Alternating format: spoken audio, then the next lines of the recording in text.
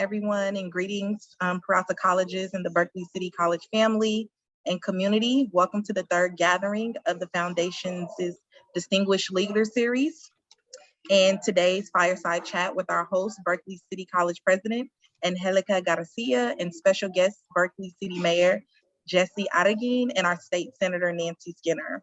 My name is Tasion Kwamilele, and I have the distinct honor to serve on the Peralta College's Foundation Board of Directors as the Board Secretary, along with BCC President Dr. Garcia. First, I'd like to send special thanks to our community partners, Marina Security Service and Sam Tedeschi, celebrating 25 years of stellar business in the Oakland Bay Area. I'd also like to take this time to acknowledge our Foundation Executive Director, LaNiece Jones, Foundation Board of Directors that are present, as well as our Peralta trustees. Let's say we are excited to be in partnership with Berkeley City College and President Garcia. Just short background on Dr. Garcia, who joined Berkeley City College at the top of the pandemic. She is an extraordinary leader with a demonstrated commitment to improving access, equity, and student success in higher education. Since the Peralta College's foundation's inception in 1971, our aim has been to enhance the intellectual, cultural, and educational needs of students, faculty, and staff by providing scholarships, supporting the professional development of faculty and staff, and fostering innovation in the educational programs and partnerships within the district, which includes Berkeley City College, College of Alameda, Laney College, and Merritt College. Our meaningful work at the foundation is to support our students to achieve their dreams to move right into the workforce. Last December, we kicked off our Distinguished Leaders Lunch Series, Fireside Chat, with Meta's, also known as Facebook Public Policy Director Michael Matthews, and last month with Schnitzer Steel's CEO, who happens to be my boss, Tamara Lundgren, and our State Controller, Betty Yee. Today's community conversation is just as special as we engage with President Garcia's vision for equitable education for all. Next, I have the distinct pleasure to introduce Berkeley Mayor Jessie Adaguin to provide greetings on behalf of the city of Berkeley, after which he will introduce our chancellor. Take it away, Mayor Adaguin. Well, good afternoon, and thank you so much for inviting me to be part of this conversation. You know, everyone's heard of Berkeley, and when we think of Berkeley, we think of the University of California, but many may not know we have an incredible community college in our city, which provides world-class education to thousands of students from the Berkeley and East Bay area. And, you know, BCC and our community college system is really the pipeline to college and career. And I just want to thank Berkeley City College for not only its work in educating thousands of students every year, but its deep partnership with the city of Berkeley and the Berkeley Unified School District, particular focus on addressing equity and access to education in our city. And I say this often that, you know, while we are a proud progressive community, we really have two Berkeleys, and there are major disparities on the basis of race and income in terms of educational outcomes, health outcomes, access to jobs and housing.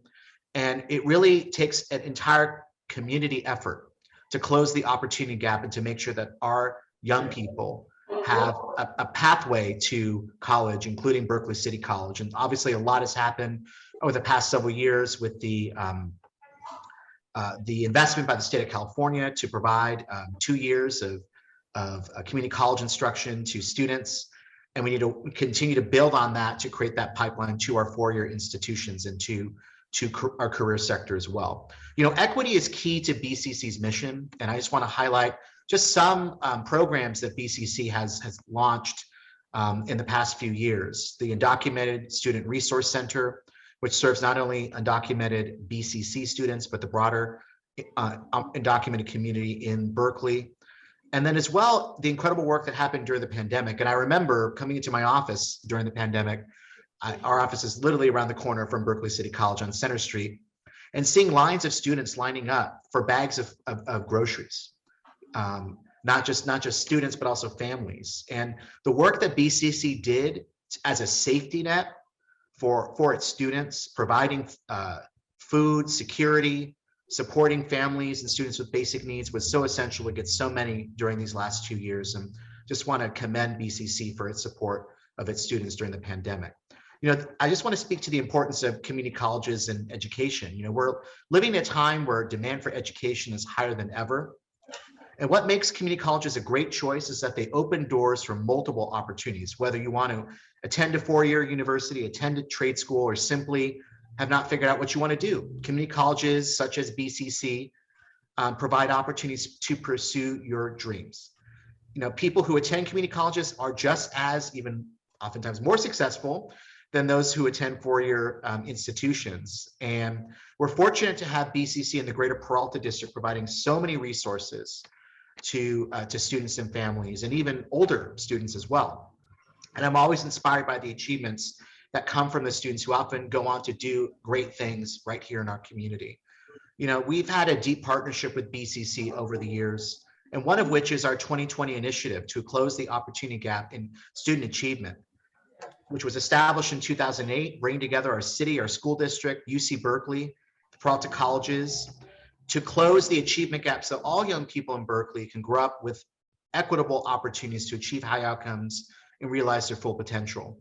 And since its launch, we've seen greater educational achievement across all races, yet we know that the achievement gap persists, and I would argue it's a chasm now because of distance learning and the digital divide and the widening opportunity gap that exists now. And so I look forward to continue to work with Peralta and all of our community stakeholders to make sure that that all young people in our community, regardless of race, regardless of income, regardless of what part of the city you live in, have the same opportunities as their peers, and they're on a path to success.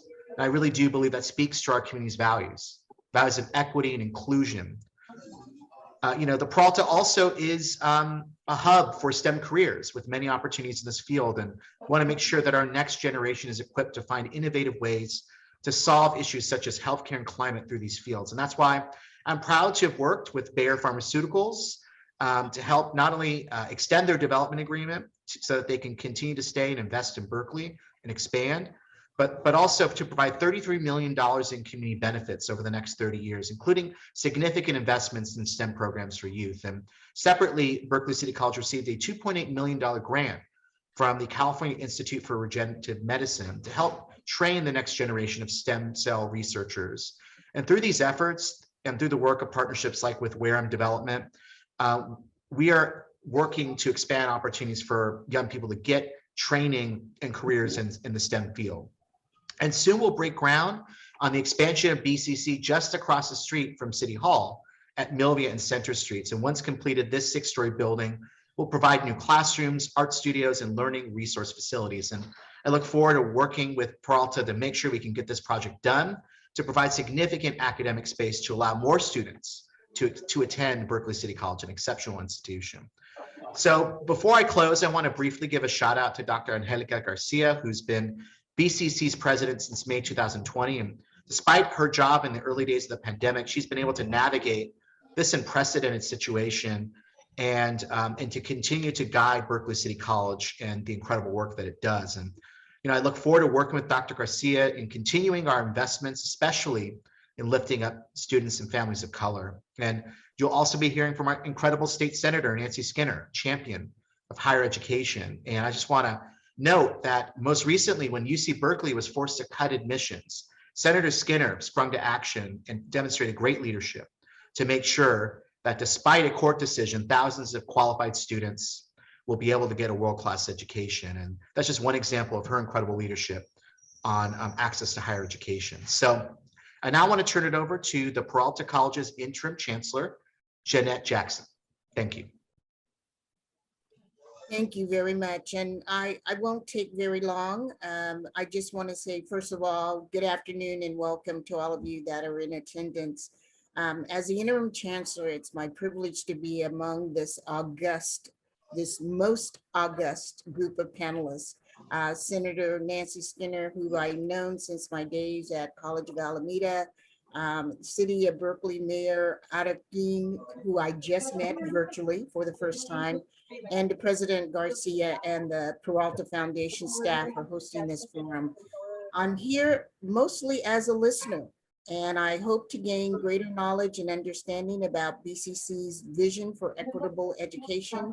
And I want to again thank you, and I look forward to learning more, and I am happy to be here. Thank you so much. Awesome. Thank you, Chancellor Jackson. And now at this time, we are excited and honored to have a well-proven leader, not just in our East Bay community, but throughout the state. And so I would like to introduce to many, but really introduce to some, but present to others, Senator Nancy Skinner. Tasion, I hope I'm pronouncing your name right. That was fantastic. Really appreciate your moderating this event. And Chancellor Jackson, thank you for stepping into your role. And President Garcia, because you started at the time you did, we've not gotten to sit down or meet in person, but I welcome you 2 years in, but still we welcome you and we're very glad you're at the helm. And Mayor Arreguín, thank you for championing Berkeley City College and for being one of the people really shepherding the new building, because putting up any new building in Berkeley is not necessarily easy. But Mayor Arreguín has been 100% behind Berkeley City College's expansion. And with that expansion, we have just reaped so much and will continue to reap more. You know, it's one of the most popular community colleges in the state. So that just speaks volumes as to how much our community's committed to it and how much the Peralta district and then the students and the faculty and the staff. I have the great pleasure of being the chair of the Senate Budget Committee right now. I have been for a couple of years, and it's a really good position to be in when the state has money. And the state is the budget, so our budget is made up of revenues that we collect, and those revenues come greatly from income tax. And fortunately, so Mayor Arreguín talked about this disparity in the city of Berkeley. However, there's a very severe income disparity in California. We have about 100,000 very wealthy taxpayers, multimillionaires, who contribute 40% of our revenues. So those very wealthy, just 100,000 out of 40 million people. But fortunately, we have a progressive tax structure so that those very wealthy people pay their fair share. And because of that, even though we have so many people struggling, we are able then to construct a budget when we have lots of money like we do this year that can help people. So the state Senate just released our budget plan for the next fiscal year, which would start July 1 of 2022. And I'm very pleased to tell you, we have in it, now we still have to negotiate, the budget's not landed, but we are advocating for an increase in the base funding to our community colleges. We are advocating for an increase in what's called sort of the basic support grant to students and the basic support grant for mental health services. And we are greatly expanding the amount of Cal grants, that's the financial aid that our community college students would be eligible for. So they can cover much more than just, as most of you know, the cost to attend is really the cost of living much more than it is, say, the cost of going to a class. It's because if you're in full-time, then you're most likely, if you're working at all, you're working only part-time, you're not being able to fully support yourself. Your books may be expensive, your rent is obviously expensive, your food and your other things. So we really wanted to increase Cal grants so that we would not have to have any students have to take a loan. So that's our intention and that's what we're trying.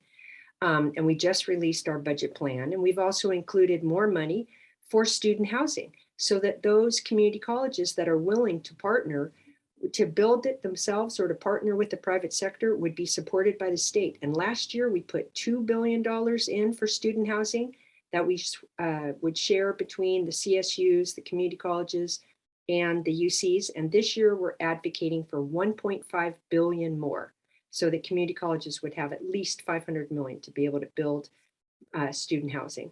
Because we know that I'm sure for many of you who are participating and the students all throughout the Peralta district, housing is the most expensive thing, and it can prevent some students from going to school. So we're really committed to trying to do our best to assist that. We want people to be successful. We do not want these income disparities to stand in the way of opportunity or success for Californians. So we're really working hard on it. And then I'd lastly just mention a few of the bills that I'm carrying this year that I'm pretty proud of. And my great staff, Bob Gammon, who might be on, he put a great list together for me, which I may have to do off the top of my head if I don't find the document that I had open a minute ago. But anyway, some of the good bills that I'm carrying this year, one of them is called the HOPE Act, and that recognizes that there's about 27,000 California children who lost a parent or caregiver to COVID. And if you lost, that's just inconceivable. So, and who were the biggest impact of deaths in COVID were on low-wage workers. So most likely those children were from low-wage families, and that loss of a parent or caregiver has really put them in financial straits. So the HOPE accounts would create these trust accounts. So when they turn 18, there's money in the bank for them. So they see that there's a lifeline for them when they hit 18. So I'm really hoping that that will be successful, and that's SB 854. And then for any of you who grew up in California, you probably know most of our public schools do not provide very good bus service. You know, we think about school buses, that classic traditional yellow school bus, but California is the last state in the nation, meaning we provide the least amount of school bus rides, home to school transportation of any state. And that affects a lot of kids' ability to get to school and to get to school on time. So I've got my bill SB 878 called the Road to Success to move us into a path of universal home to school transportation. And then another bill that I'm carrying right now is SB 993.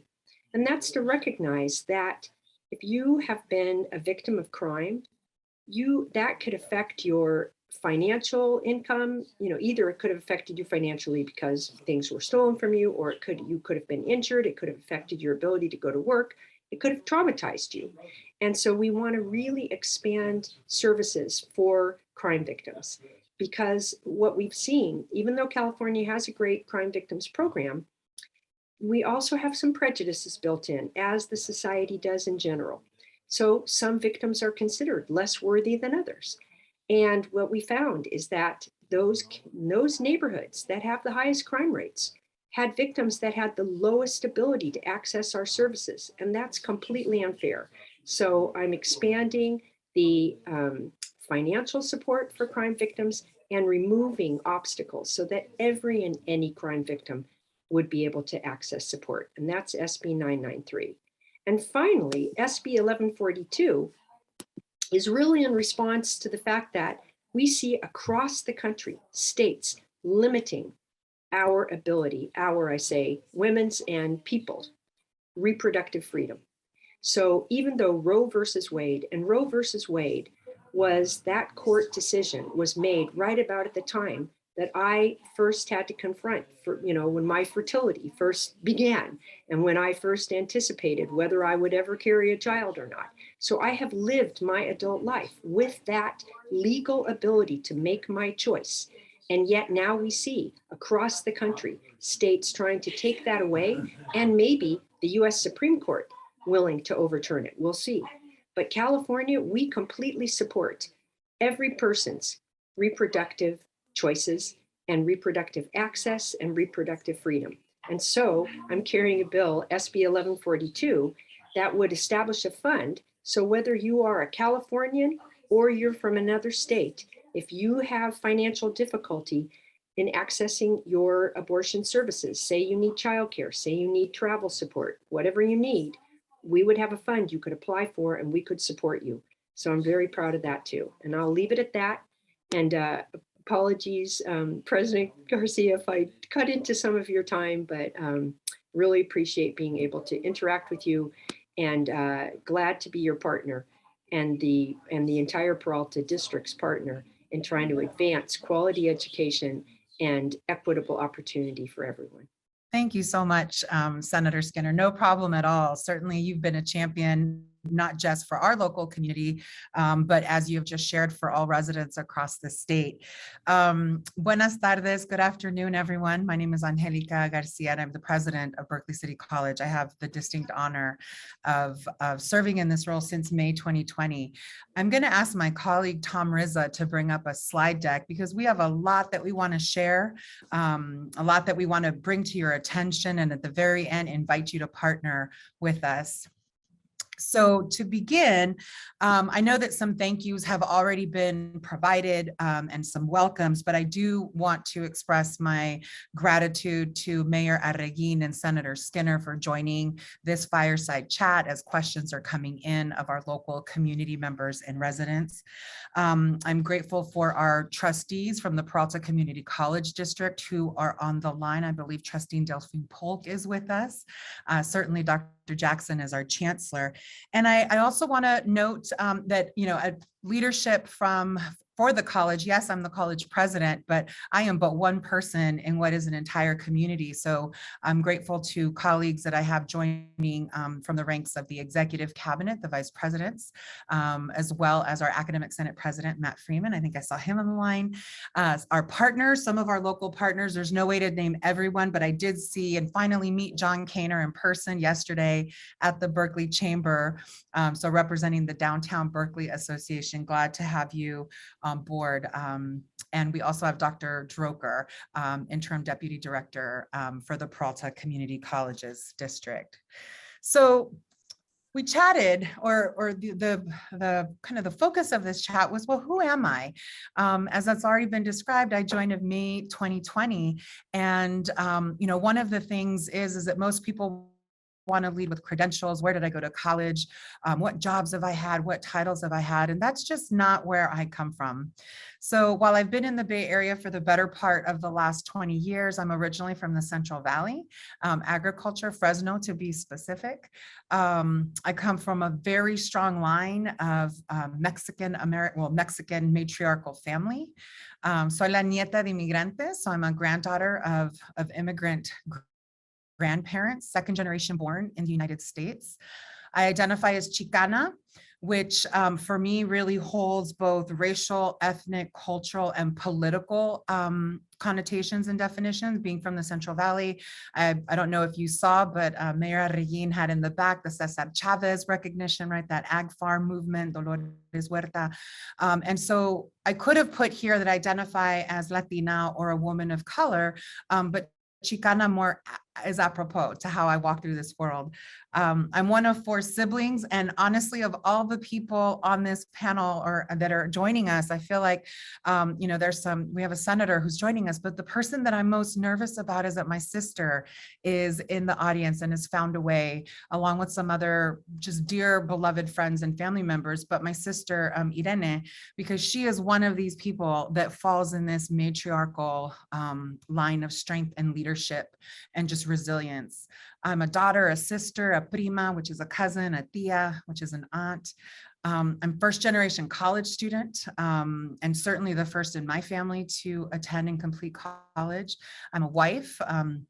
I've been married for just over 18 years, and my wife and I both have 2 lovely daughters. I'm the mom of two precious girls.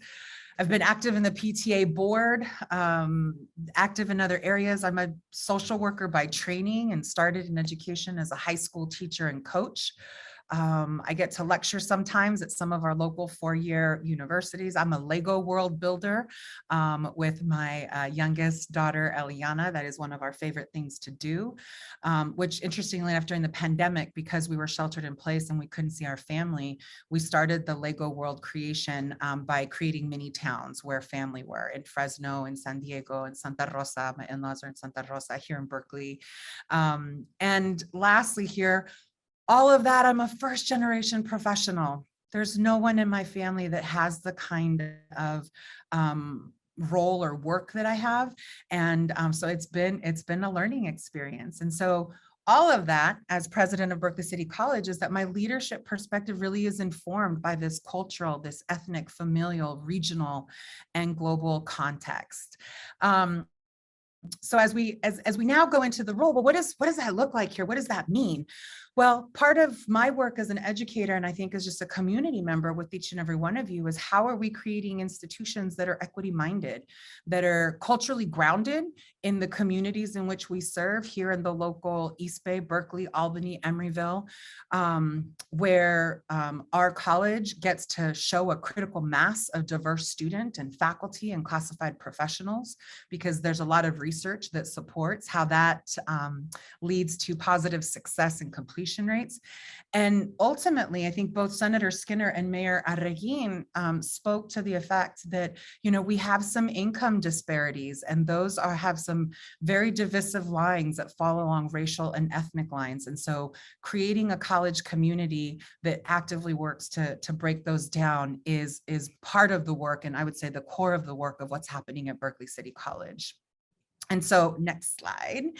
Our mission is to provide our diverse community with educational opportunities to promote success and to transform lives. And let me tell you on this one, mission statements can be lofty and can be wordy, but let me tell you, just yesterday at the Berkeley Chamber event, there was a phenomenal individual who came up, and first name I'll say Shannon. And she said, Berkeley City College just transformed my life. I was able to go back to school as a single mother when I was older.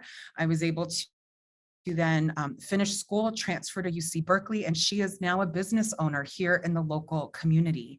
And that is just the stories that I hear as I get to interact throughout this community. And that happens because of the coordinated work of our faculty, our classified professionals, our administrators, our student leaders. That happens in a way where we want to continue to build on this for a future of BCC. Next slide, Tom, please.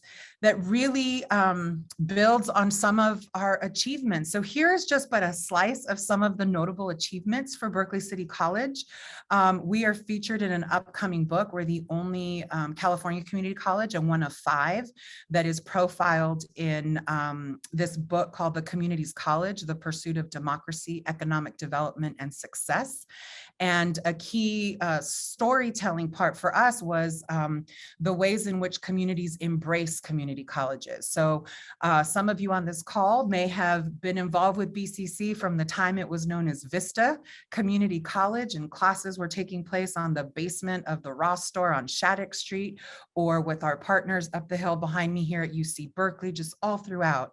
And with the community support, Berkeley City College became to be this campus where in August 23, 2006, these doors opened because the Berkeley community endorsed it. The East Bay community endorsed that Berkeley City College needed to have a home where students could go to. As Mayor Arreguin alluded to and shared, a little bit of stealing the thunder, but that's okay. We did receive a $2.8 million CIRM grant, Center or the California Institute of Regenerative Medicine, and this is really to augment our biotechnology program, and certainly a growing industry around influencing right away the health and the health fields. And for our students, they're really getting behind the research.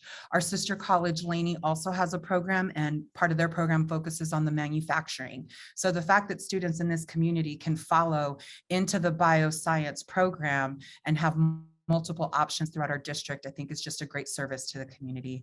And lastly here, one of the things we want to highlight is, at first we thought, oh, that's a lot of sayos, a lot of seals to put there, but this is a representation of the excellence that takes place here. Senator Skinner shared about how Berkeley City College is definitely known, and we are certainly known for so much. One of our characteristics being a top producer in transfer. So you will see here that since 2018, Berkeley City College has received every year recognition for being a top producer of students earning the associate degree for transfer. So 18, 19, 20, 21, and actually also in 21, we received the inaugural Equity Champion for increasing the number of Black and Latinx students who were earning associate degrees for transfer. So really making impacts in the community. And just last week, one more time. Just last week, we received a recognition for excelling in equitable course placement for Black African-American students. And what that means is Berkeley City College received recognition because 100% of our Black African-American students were placed directly into transfer level English. Starting a pathway in transfer level and not getting stuck in developmental course sequences has become an absolute game changer. And that's AB 705, which says that California community colleges must support students completing transfer level English and math in their first year. And as you can see, we have been amazing at it. And by we, I mean the faculty, the English faculty who work together, not just at Berkeley City College, but throughout the district, to create processes and support mechanisms for students to be successful among student services and tutoring and counseling, how to support students to know that they can, in fact, pursue transfer level courses. Okay, next slide now, Tom, please. You already heard a little bit from Mayor Arreguin about some of the ways that we were supporting students. We are a proud HSI designated institution, which means we are Hispanic serving, which really means it's just a signal that we provide culturally relevant outreach, instruction, and support to students. I would be remiss if I didn't acknowledge the amazing partnership that we have with Berkeley Unified School District through our formal agreements, now most recently with our CCAP agreements, and then also informal programs. You know, we talk a lot about Berkeley High students being our students. Mayor Arreguin was not exaggerating. Around the corner is Berkeley High, behind me is UC Berkeley, and around the corner again is City Hall. This is the heart of this community, and we believe that Berkeley City College is right at the core of that pipeline, from the K through 12 all the way to UC Berkeley. And so our dual enrollment has just exponentially grown over the last 3 years. Our adult education pathways, we've had a steady increase of adult learners who are coming back to either upskill or start a new career. And as was already shared, we have been diligent in providing students with some basic health and basic food necessities. That's led by our associated student government. Next, please. So as college president, and as a new president, there's a distinguished fellowship that's across the country, and it's hosted by the Aspen Institute. And so I had the honor this year of being, or I am in the fellowship this year. And so what that has brought for Berkeley City College is access to high-level Research One organizations that work with college presidents and institutions to really look at your data and look at where it is that we are excelling and where it is that we have some work to do. And the framework centers equity, that the goal is about producing equitable outcomes, which in short means that the color of your skin shouldn't be a factor as to whether or not you are successful or complete in higher education. And then the 4 key areas are the teaching and learning spaces, the quality of instruction, which here at BCC, we have some phenomenal faculty members, just high caliber of instructors who are supporting students and accelerating their pathway. Our focus on completion of certificates, of degrees, and of transfer. And then in this element, really building up our connection with workforce. And this is definitely an area we are focused to become stronger in, to ensure that we are not only supporting students to go into the workforce, but that we're partnering here and that students are getting access to jobs with a living wage. Next, please. So let me share a little bit about who our BCC students are. So for this year, if you look at the right, this year we have 29% of our student body identifies as Latinx, 23% white, 16 Black African American, 21 Asian, very small American Indian population. We have a growing 2 or more, meaning we have students that of course are multiracial, multi-ethnic, and as you can see, an incredibly diverse community. On the left, you see our enrollment and our head count. And this is certainly where there's been a lot of conversation with declining enrollment throughout the community colleges. But what I want to share here and just bring to your attention that the blue bar shows the enrollment. That means how many courses a student has enrolled in. So as you can see, there is where we're seeing some drops. In 2020, we had just under 31,000 enrollments. And for that year, we had 11,335 students who took just under 31,000 courses. And for that particular year, 44% were first generation college students. When you go to 21, you'll see that our head count went up, and this was right in the midst of the pandemic. Our head count went up to 11,792, but you start to see that the number of courses that they're enrolling in starts to decline. So yes, we have more students, but they're taking less classes. And there's no mystery about that. The pandemic certainly impacted folks' ability to engage in all aspects of their life, the demands of work and family and childcare and elder care, transportation, everything impacted their lives. And for this year so far, we have 10,419 students. So we did see a drop in headcount this past year, and enrollment, another slight drop here. So just over 10,400 students enrolled in 22,000 plus courses. So that is who's here. And look, 47% first gen. So every year we're going up. Every year it's a testament that students who are coming to Berkeley City College are trailblazers. They are starting a new opportunity for their communities and families. Next slide, please.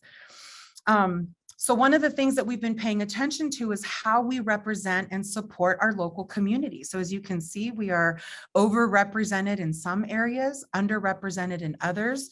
But in looking at our data, we're really focusing on increasing Black and African-American student enrollment at Berkeley City College. We want to bring this group up from currently at 16% up to 22%. And in taking a real nuanced look or a detailed look at the data, we want to specifically look and support low-income students, but especially our low-income students who are coming from our white communities. So we do have that income disparity in our city, and we want to be the place where low-income students and families know that we can be their pathway to job, career, higher education. Next, please. So our outcomes, how are students doing? Why is it that we get all those amazing awards in transfer and placement? So on the left, you'll see that the darker bar, the blue, is about completion. That means students who enroll in a class and have earned a passing grade of C or better. The bar on the right, the gold one, is retention, that they stayed in the class for the entire semester to earn a grade.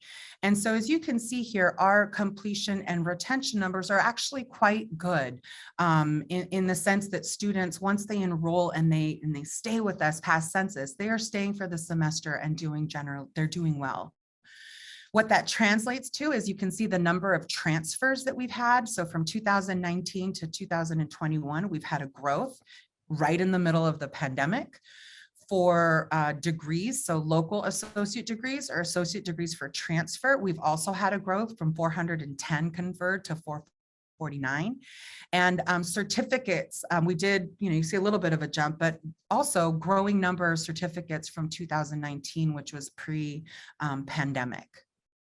And so thank you. Next slide. So what this means is, what is a focal area? So if students are doing well in a particular term, one of the things that we want them to do is to come back the subsequent term. And that's what we call persistence. And the dream out loud, the equitable completion for all here is that we want 75% of all Berkeley College students to persist from fall to spring of their first year enrolled, and then we want to duplicate that year over year. So here you can see that the benchmark, the national benchmark, according to the Aspen Institute, is a 54%. If community colleges can provide a 54% persistence rate, then that generally leads to more success. You'll see the markers there. The blue means that it's pointing towards an increase. The red is pointing towards a decrease. And then the length of the tail just says how fast it's going one direction or another.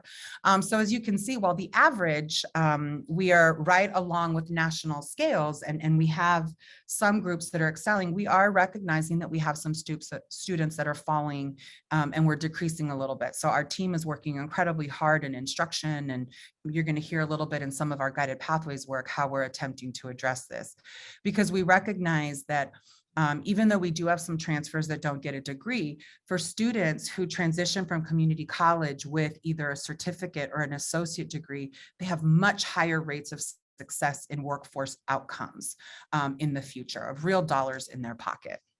Next slide, please. And in this particular slide, the bar on the left is showing the length of time that students spend at BCC in the most recent cohorts. And so what you can see here is, according to our racial, ethnic, and socioeconomic demographic, how long it takes for students to complete within 3 years, and then within 6 years. So of course, as you can see, within 6 years, the numbers get up to upwards of 60%. But that's 6 years, that's a long time. So we're really focusing on that 3-year mark. And as you can see here, we recognize that our Black African-American students, additional work and outreach, because that is a group that's disproportionately just not, we're not supporting their transfer at the same rate. And the graph on the right says, okay, so once they've transferred, how long does it take for them to complete a baccalaureate degree? And so within 3 years, you can see that it's pretty stable. There's not huge discrepancy, but when you get to it takes 6 years, you start to see that it really impacts by socioeconomic and racial lines. And so we're really trying to focus on that, so that when we're working with students, we're preparing them for the future endeavors in career, workforce, and in this case, in 4-year curriculum. Next slide, please. So at the beginning, we shared who the students were. Here's who makes up our BCC Employee Demographics. So you see here that we have classifications from part-time faculty, full-time faculty, classified professionals, and administrators. And we do have a diverse workforce here at the college, and certainly many folks who are local, who have been from the community, that work in all of our spaces. We do have an overrepresentation amongst the ranks of faculty of folks who identify as white. This is not new. Certainly our Academic Senate President, Matthew Freeman, is in constant conversations about supporting the diversification of faculty and faculty leadership.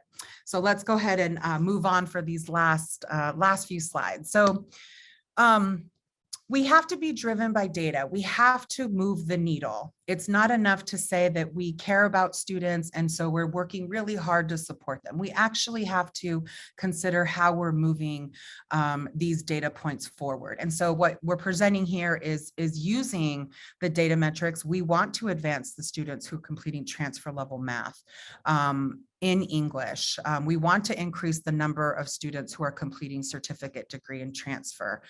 Next slide. I'm going to pass on this one. We'll send it out. This just shows earning potential with educational level. And I want to share here pressing priorities.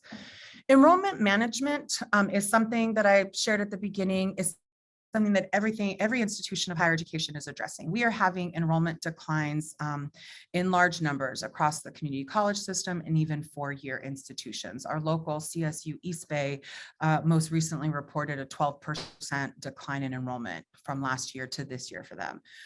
I shared with you how we're seeing some decline in enrollment. And so some of that does lead to offering less class sections, which does impact the number of faculty that we might have working at Berkeley City College.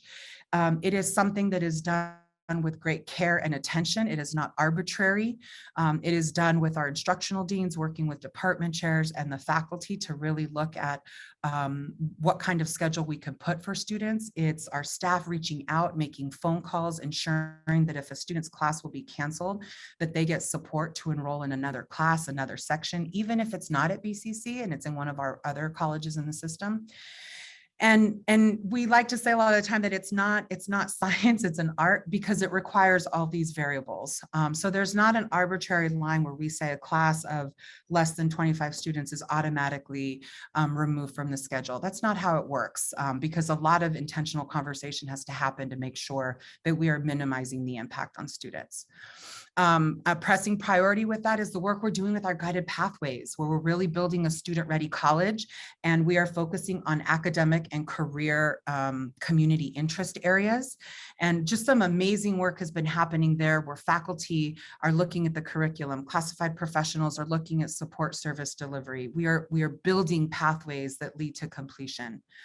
I'm incredibly proud to share that we're hiring. We really are working to continue to hire the diversity in our workforce. We're going to be hiring 5 new tenure track full-time faculty. 2 of these positions are completely new lines, meaning that we are utilizing the money from the state, and then 3 of them from some of our existing ones. So some new faculty hires that you're going to be hearing recruitment for is multimedia arts. Our education program, our teacher preparation. This will be our first tenure track line in education. We're so excited about that. A counseling faculty member, which will augment our support of career and transfer center, communication and psychology. All of this work is to ensure that we have a fiscally sustainable college that is thinking future forward, that is here not just for this generation of students, but for their children, and ultimately that we continue to work for full reaffirmation of accreditation. All of this is to ensure that we are a high quality institution.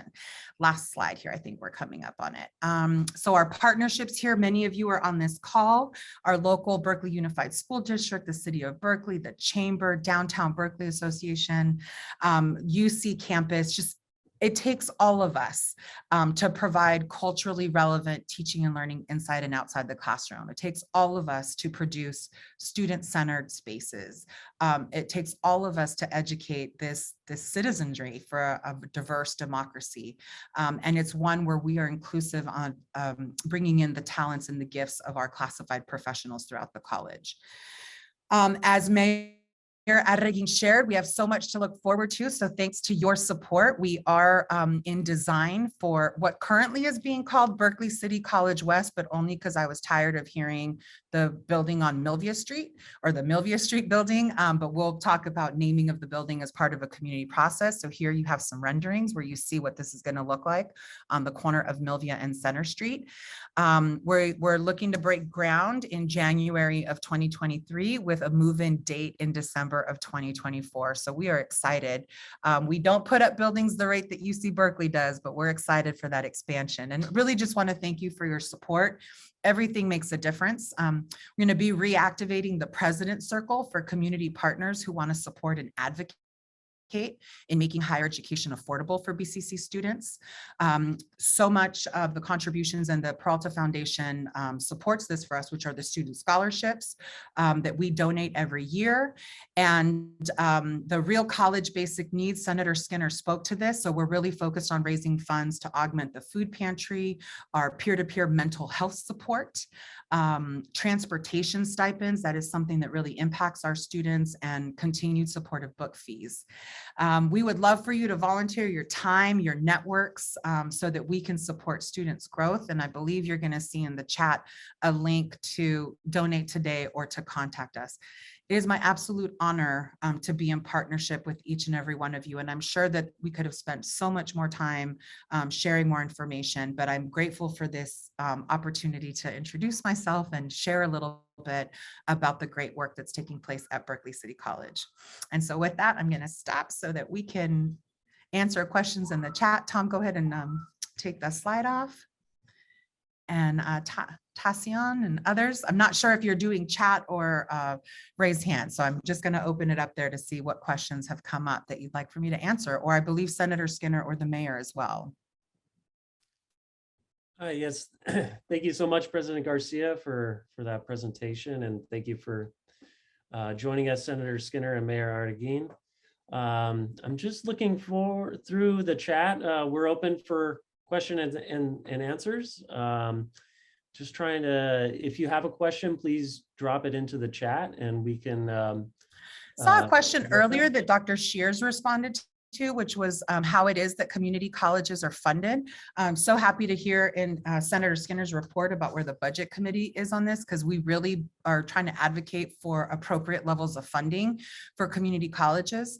So the student-centered funding formula is now broken up into 3 ways. One is the base allocation, which historically has been tied to full-time equivalent students, the FTES that each of the colleges produces. Supplemental, which I believe Dr. Shears put in there, very much connected to first-generation low-income, particular what we call the historically minoritized communities, and then the success grants, which is the numbers in which how we're producing certificates, degree, and transfer. So all of those metrics in the new funding formula are really based on outcomes, on performance-based students, the way the colleges are serving students to reach those numbers. But as Senator Skinner said, the base is what we're really advocating for at a statewide level, because we're just really underfunded to be able to do everything that the state is asking us to do in support of students. Okay, President Garcia, we have another question. In what ways is BCC helping students with employment? Oh, that's a great question. So this is definitely a growing area. And just last night at the Berkeley Chamber, myself and another local real estate agent were kind of shaking our hands because there's this new app. And Dr. Shears, you might want to drop some information in the chat. But one of the things that we're trying to do is connect local employers or partners who want to hire BCC students to become a part of our Handshake app. And this Handshake app is any job posting that the local community wants to put, we can put onto the system, and that the students are able to then directly move throughout. So we're trying to move away from the college being an intermediary that's a barrier, and trying to put students directly in communication with workforce and industry partners. Okay, we have another question. What is the college doing to respond to increased student demand for remote instruction?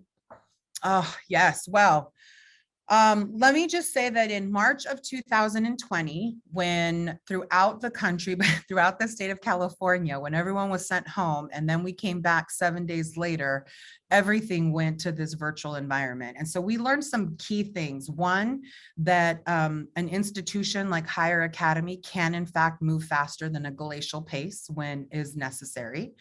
And two, we were able to quickly move. So, I mean, faculty worked incredibly hard to take the classes that they were offering in person to put them into a distance education environment. And they were working with our Office of Instruction. Student Services, same thing. How do you take a mental health appointment, a counseling appointment, a general counseling? They moved everything into this virtual environment.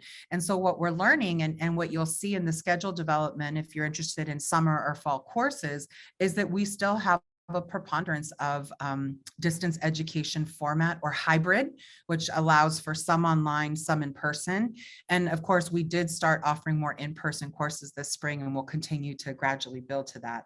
Now, what I want to add to this is that it's not enough to say that you take a class that I teach in person and now I'm just going to do it, you know, in this box. There's a teaching modality to it. So we have faculty leads in distance education who are working through a statewide consortia, which focuses on peer online course review, so that faculty are going through training to really look at how it is that one must teach in an online environment. And so that is something that Berkeley City College is leading. We have some phenomenal faculty leads in this area.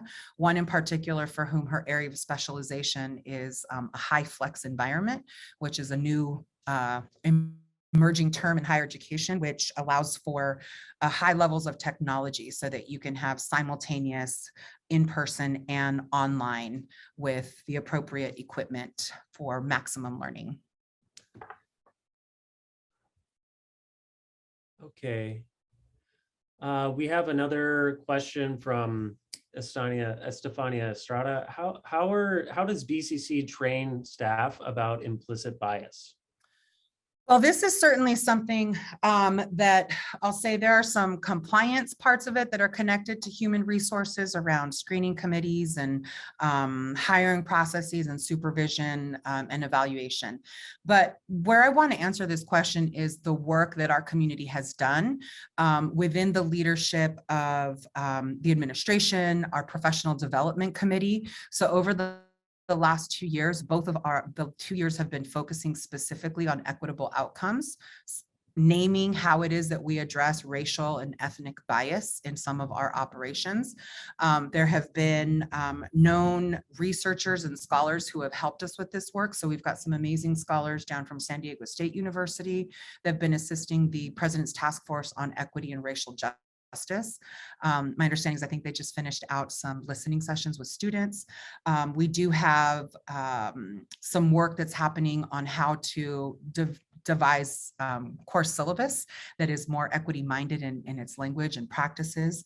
And so the work never ends. There's still more to be done. But I will say that this is a focal point for this college from all of us, from the academic senate, classified senate perspective, associated student body, and the leadership team in the president's cabinet. Okay, well, we are reaching the end of this presentation. So I know that we did have one raised hands for another question, but I did want to leave some time for President Garcia to make some closing remarks. Well, what I'd like to do is, I'm not sure if the mayor and Senator Skinner, I know that we were all on some tight timelines, but I want to take a moment to just acknowledge one thing. Last week was an incredibly difficult week for the community here in Berkeley.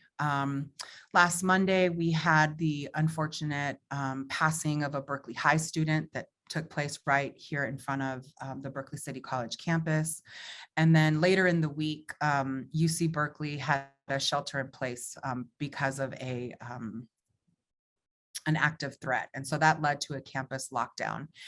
And it became such a symbol of both the challenge of our times right now, the global pandemic, our local economy, the impact of institutionalized racism, the impact of institutionalized classism, everything came to a head. But the thing that was just incredibly salient is that between Berkeley Unified School District Superintendent and Principal Juan Raigosa from Berkeley High and us here, we were able to extend our support to be present. Berkeley High students are walking up and down this block all the time. They come into our space. And when we said that, Berkeley High students are our students, we really mean that. The day after the student's passing, a memorial has now emerged here. And so if you haven't come down Center Street, I invite you to come down and see the beautiful artwork and the messages that are being left. But the most beautiful part was that we had a healing circle here on campus where we took the time to stop and recognize that our community is in pain.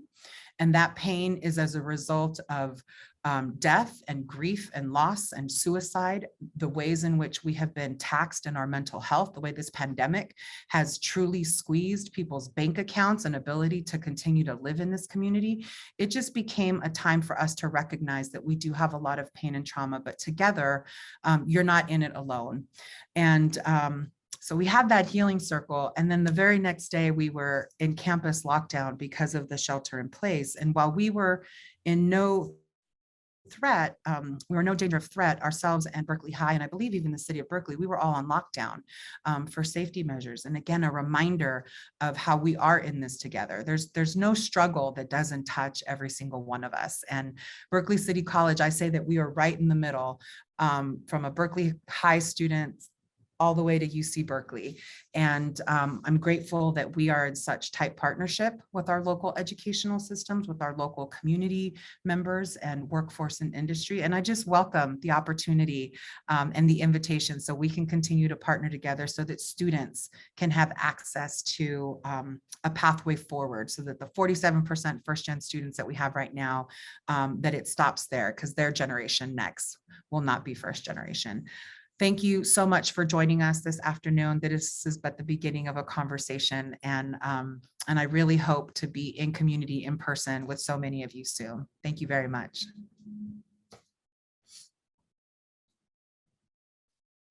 Okay, so thank you very much, President Garcia. This is the end of our presentation. And yes, oh, and thank you. I meant to say thank you to the crew who put this together. Tom and Dr. Pumi Sayavang, Dr. Stacy Shoes. I mean, there were so many people who put this work behind the scenes. So thank you very much.